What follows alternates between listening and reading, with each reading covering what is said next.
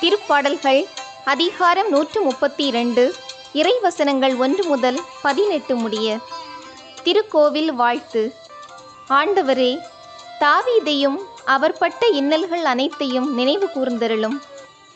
அவர் ஆண்டவராகிய உமக்கு ஆணையிட்டு கூறியதை, யாக்கோபின் வல்லவராகிய உமக்கு செய்த பொருத்தனையை நினைவு கூர்ந்தருளும்.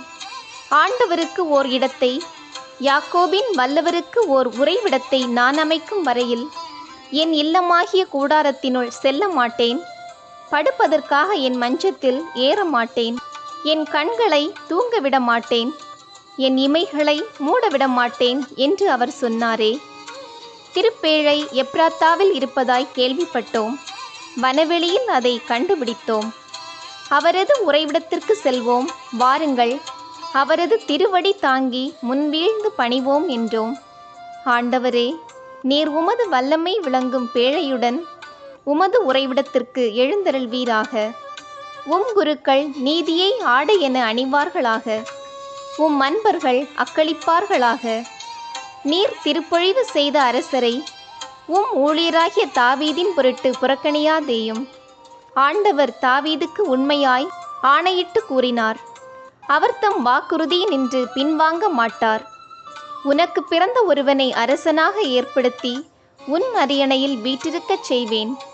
உன் மைந்தர் என் உடன்படிக்கையையும் நான் அவர்களுக்கு கற்பிக்கும் என் நியமங்களையும் கடைபிடித்தால் அவர்களுடைய மைந்தரும் என்றென்றும் உன் அரியணையில் வீற்றிருப்பர். ஆண்டவர் சீயோனை தேர்ந்தெடுத்தார், அதையே தம் உறைவிடமாக்க விரும்பினார். இது என்றென்றும் நான் இளைப்பாறும் இடம். இதை நான் விரும்பினதால் இதையே என் உறைவிடம் ஆக்குவேன். இங்கே என் ஆசியால் உணவுப் பொருள் தாராளமாக கிடைக்கச் செய்வேன். அதனை ஏழைகள் உண்டு நிறைவு பெறுமாறு செய்வேன். இங்குள்ள குருக்களுக்கு மீட்பெனும் உடையை உடுத்துவேன். இங்குள்ள என் நண்பர்கள் மகிழ்ந்து ஆரவாரிப்பார்கள். இங்கே தாவீதின் மரபிலிருந்து ஒரு வல்லவனை எழச் செய்வேன்.